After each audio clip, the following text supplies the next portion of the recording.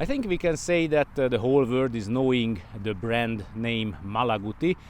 This is a relatively old Italian company, and it was founded in 1930 by Antonio Malaguti, who was a bicycle racer, and just as a result of this, the brand originally was producing only bicycles until 1958. Then they started to put engines to their bicycles, and after a while they started to produce motorbikes themselves.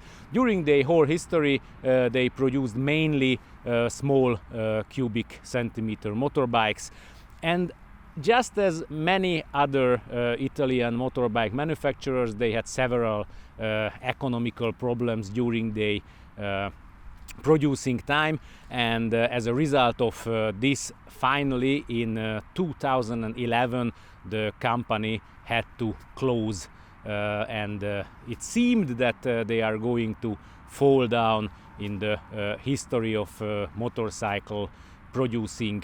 And after a few years, in 2018, the Austrian group KSR Moto bought the name and let's say the rest of the brand, and they started the production again under the name of Malaguti.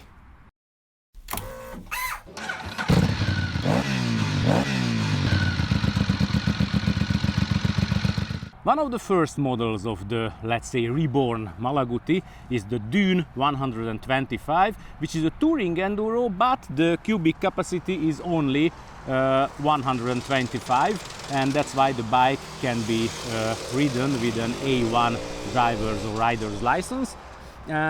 Anyhow, the big question is if we can say to this small bike at all that this is a touring enduro. If we check out only the design itself, the front part of the mudguard, the relatively big front wheel, the whole plastics, the fuel tank, the seat itself, the exhaust pipe, the also relatively big, or at least visually relatively big rear wheel, the rear carrier plate. So all in all, the windshield and all the parts you can check out, optically we have to say that this is really looking like a touring enduro.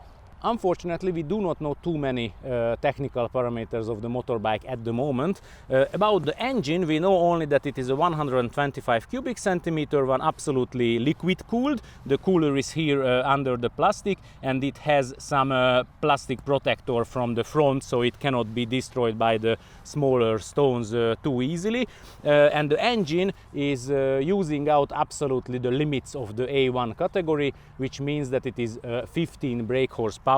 And which was really a surprise for me, that under my body, and I'm relatively heavy and pretty big related to this category, under my body the normal traveling speed of the bike was over 100 kilometers per hour, so I could really easily travel, not max throttle, normal let's say traveling throttle.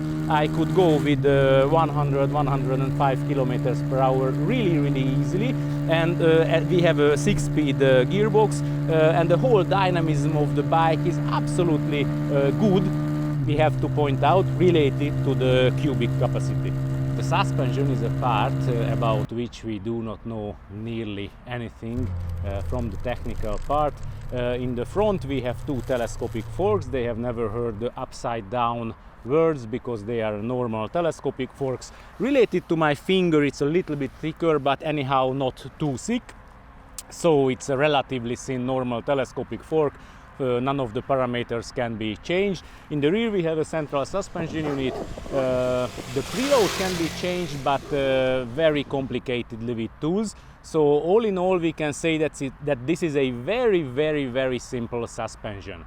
But this was one of the greatest surprises of the Dune 125 for me. Although visually it's an extremely simple suspension, but the way as it is working is really unbelievably good. I could ride the bike on very bad condition asphalt roads, on unpaved roads as well, and everywhere I just tried it, the comfort of it was a real surprise. Even on the worst road, it's really soft, comfortable. You do not really feel the holes the bumps, you feel nothing in your back. You can see for the first sight that the whole size of the motorbike is not constructed to a 190 centimeter or 6'3" high guy as I am. But for everybody who is shorter than me, it's going to be absolutely comfortable. All in all, I have to say that even with my body sizes, it was not uncomfortable at all. Today I have already ridden close to 200 kilometers with it, and I had absolutely no problems. The width of the handlebar is enough, not too wide, but absolutely enough. The seat position is affecting an absolutely straight back. I have already mentioned that the suspension is perfect for it. The wind protection with this very small windshield is absolutely enough, because the bike is not able to travel at high speed. So up to the maximum speed of the bike, it takes down all the pressure from your upper body. There is some noise around your helmet, but all in all, it's absolutely, we can say, stressless, the riding of it. So it's just fitting to the touring enduro segment. I have to point out the mirrors, because it's very well what we can see in it. The whole traffic behind us, the dead area here, so we can say a lot from it. It's not necessary to turn around and move your body, what can be behind you while riding in, let's say, in a big city traffic. About the brake system, unfortunately, we do not know any kind of technical parameters. We have a disc brake in the front and another one in the rear as well.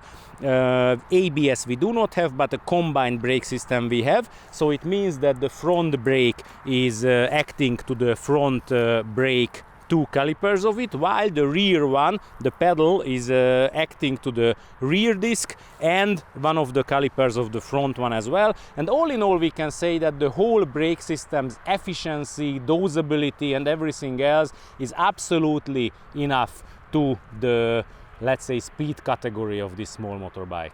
If once we started to speak about the brake system, it's a funny part, the brake lever, the pedal, because its design and the whole size and the form and everything is really a funny thing. When I saw it before trying out the motorbike, I thought that it's going to be really a disadvantage to use it, but in the real life I couldn't feel any strange or uncomfortable thing. The dosing and everything is absolutely working well.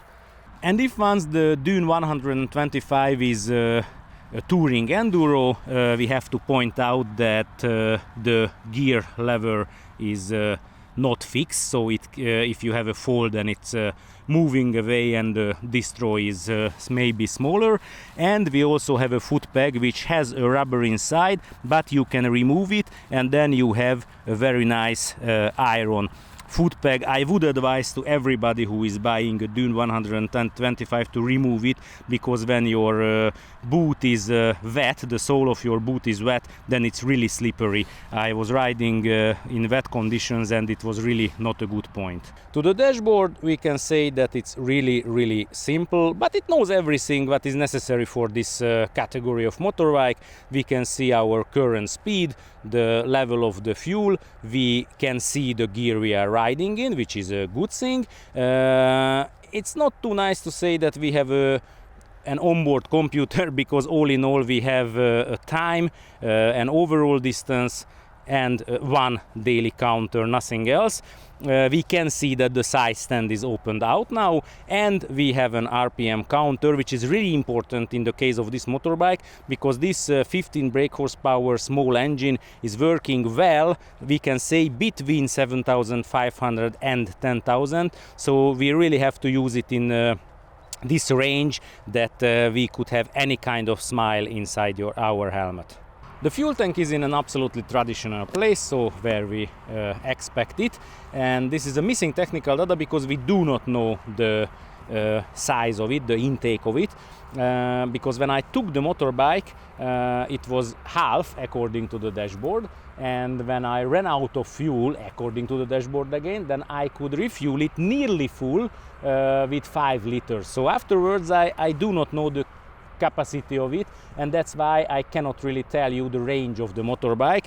According to the official data, the fuel consumption, it's also written here on the fuel tank, is 2.8, but on the internet I could also find 3.3 liters. That was also a Malaguti official data for the Dune 125. So all in all, the range and the consumption of the bike is still a question to which I cannot answer to you in this moment. If we speak about the touring enduro, then the seat comfort, the passenger comfort and the luggage capacity are important questions. The rider's place is absolutely perfect. Wide, deep inside, in the front part it's narrow enough, so I think shorter and higher riders it's also going to be absolutely comfortable. The passengers' story is a little bit different, because this is a smaller and narrower place, soft enough, and there is enough place for the legs, but the big question is that the 170 kilos max load of the Dune 125 is going to be enough for two person or not. If we are speaking about let's say higher body weighted adult persons, then it's maybe not going to be enough. But if we think about the typical let's say users of this 125 cubic centimeter touring enduro segment, so the youngsters who are typically also lighter, then it can be enough for two person. And of course in the rear we have a rack where we can put even a plate or a box or anything else. It is written here that the max load is 5 kilos, and if I move this rear part and the fixability of this and rigidity and everything, I'm not absolutely sure that it is going to be let's say strong enough for a bigger and heavier top case.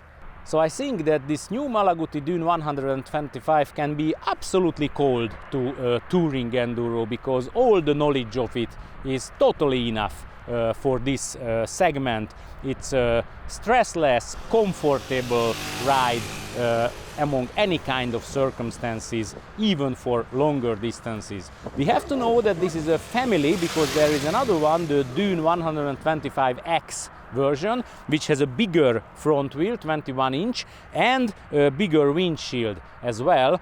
So Malaguti is calling that version for the off-road use, and this is the asphalt, mainly asphalt use motorbike. And what the company is saying about this one, I think it knows absolutely well. And finally, the price of the new Dune 125 is also absolutely good, just as all the models of the KSR group. In the description under the film you can find the link where you can donate us. If you do it, then we send all of our films to you before they are getting public. If you liked this review, please push a thumb up. And if you haven't done it yet, please subscribe for our channel and watch our previous films and reviews as well. Thanks a lot for your kind attention.